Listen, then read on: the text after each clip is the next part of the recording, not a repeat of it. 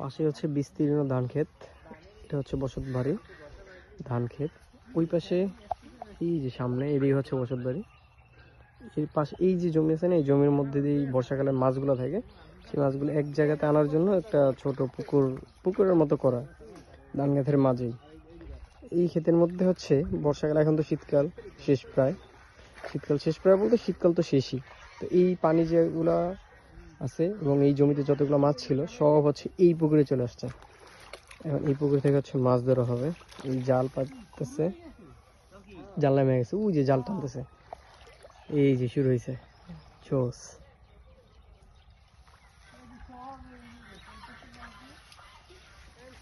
অনেক গভীর এখানে, এই যে অবস্থা। মাসুদ নামবা নাকি, সামনে যাবা?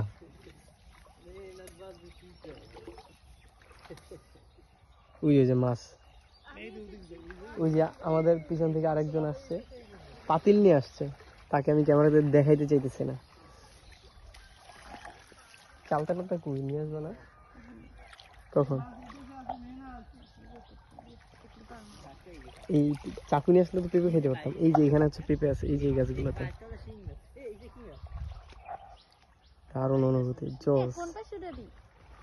এই যে এই সব ই করে এই সাইড নিয়ে আসবে।